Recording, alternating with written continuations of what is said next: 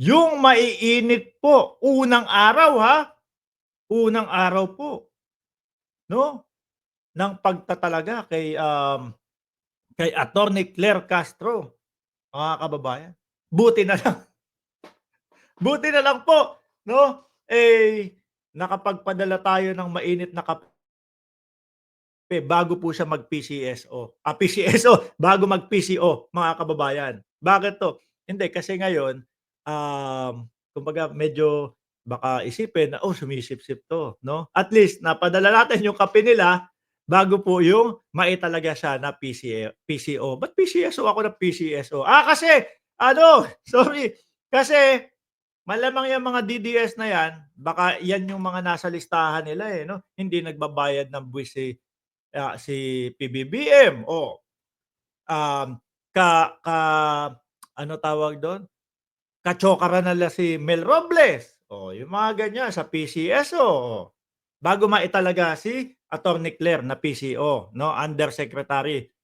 Pakinggan niyo ho mga kababayan yung mga banat po ni Attorney Claire Castro sa unang araw, ano, When PRRD na parang sinasadya daw na i-impeach si VP Sara para to prevent her from running when. Well, anyway, alam naman natin kung ano ang unang pronouncement ng ating Pangulo. ah, Sa una, of course, hanggat wala pa yung mga impeachment complaints, hanggat maaari ay huwag na sanang matuloy. But since nandiyan na, at hindi naman niya hawak, of course, ang Kongreso dahil meron tayong separation of powers. correct yan. Attorney Claire, sorry po, sorry po, naku, ako kasi talagang ano po ako, kumbaga naniniwala po ako na siyempre may mga meeting yan, meeting kay Cheese, meeting kay ano, sorry po attorney, meeting kay Cheese, meeting kay House Speaker, Sino ba naman ang presidente na ayaw matanggal o ayaw masibak yung numero unong problema ng bayan na corruption po, 'no? Siyempre gusto ng presidente matanggal yung numero unong problema ng bayan, ano? So ngayon, mga boss chief amo sir, naniniwala ako merong may kumbaga gusto din ng pangulo na masibak ang ating vice presidente. Hindi siya makikialam, hindi siya kikilos kung ito man ay matuloy o hindi matuloy. So, kung ang sinasabi lamang nila ay para ma-impeach si VP Sara, well, kanilang opinion yon. Ito talaga naman ay nakikita natin. Sandali, 'no? Kasi sinasabi ng mga DDS, wala na bang ibang mapili? Diyos ko naman. Kumbaga parang hindi qualified para sa kanila si Attorney Claire Castro, ano? Mga bossing, yun yung mga sinasabi ng mga DDS. Saglit lang, kumpara naman natin kay Mocha Uson. Si Attorney Claire Castro, mga kababayan, Diyos ko naman, nakakahiya naman doon sa Mocha Uson, sa Mocha Uson nila, mga bossing. Kung saan sila gumagawi. At ito ay sa lahat ng kanilang mga rallies, makikita natin ang paninira nila sa pamahalaan. Lahat po yan, 'no? At walang sinasanto yang mga yan sa paninira, mga kababayan. Pati nga yung isa nilang kasama diyan, si Vic Rodriguez, dati, paulit-ulit negative si PBBM. Tapos ngayon gusto na din ng hair follicle test. Yun, ewan ko kasi yun lang yung lagi kong naririnig kay Vic Rodriguez, na hair follicle test hindi ko po naririnig yung plataporma de gobyerno ni Vic Rodriguez. Ang tao po ang inaabangan yung plataporma. Ano po ang gagawin ninyo sa Pilipinas? Ano pong mga suliranin yung tinututukan o tututukan ninyo, 'no? Sa bansang Pilipinas, wala po. Hair follicle test po yung lagi kong naririnig kay Vic Rodriguez. At sa Pangulo. So alam na natin kung saan ang punta nila. Gusto nila ulit makuha. Baka si dating Pangulo, papuntang Dahig. Baka yung iba naman, papunta sa Oblo, 'no? Pero totoo ho 'yan mga kababayan. Yung paninira po, yung araw-araw na ginawa ng Diyos, yung mga vlogger nila panay paninira, wala pong mga patunay, wala pong basehan. Oh, ang gusto lang naman po niyang mga 'yan maibalik yung kanilang pinuno, 'no? Pinuno ng fake news, sabi. Oh, bakit? Eh, uulitin ko pa ba, ang pinakamalaking tao diyaan 'no, sa samahan nila o sa tropahan nila, ang dating Pangulong Duterte ta's mariringgan mo, fake news yung mga sinasabi, oh, 'di ba? So, sino ngayon ang iisipin mo na mga nag-uutos dito sa mga vlogger para sabihin yun? Baka ang dating Pangulong Duterte. Hindi pa din ako sigurado, pero nando'n sa isip ko na baka si dating Pangulong Duterte ang mga nag-uutos dito. 'Di ho ba? Hindi natin maiaalis sa isipan natin 'yun, eh. Hmm, para ano, para makaupo ulit, 'no? Siguro, sarap dito bilang presidente lahat magagawa mo. Oh, 'di ba? Nalasing sa kapangyarihan, mga bossing. Kaya ngayon, pinipilit nila, gusto nilang makabalik, kaso buko ng taong bayan. Hmm. Sabi ni Janelle Vanderhurst, anong posisyon ni Attorney Trixie Cruz no'n?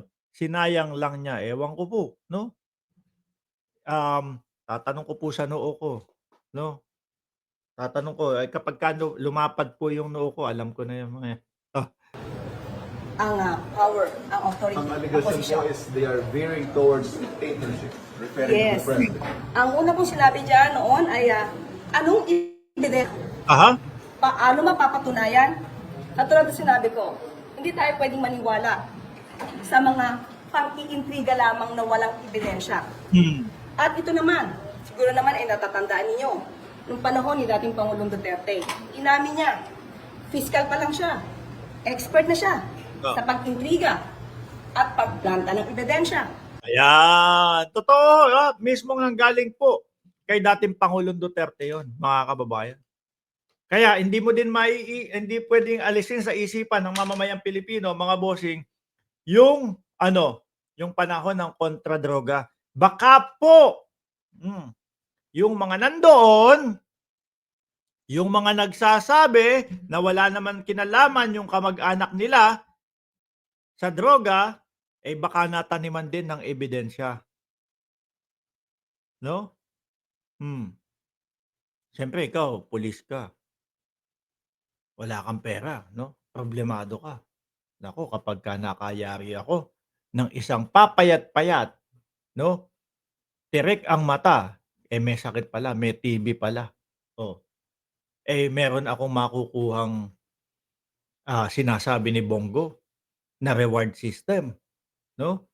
'Pag big time yung nakuha, 500,000 pagbuhay.